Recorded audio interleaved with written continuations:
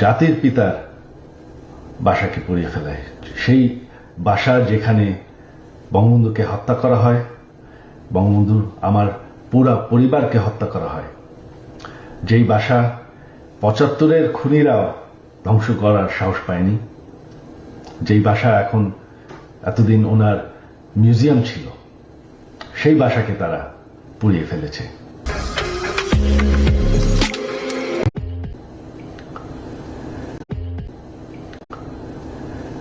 বঙ্গবন্ধু একটি দলীয় বিষয় না, বঙ্গবন্ধু হচ্ছেন জাতির পিতা। বঙ্গবন্ধু না থাকলে আজকে আমরা বাংলাদেশ হতাম না, আজকে আমরা পাকিস্তান হয়ে থাকতাম।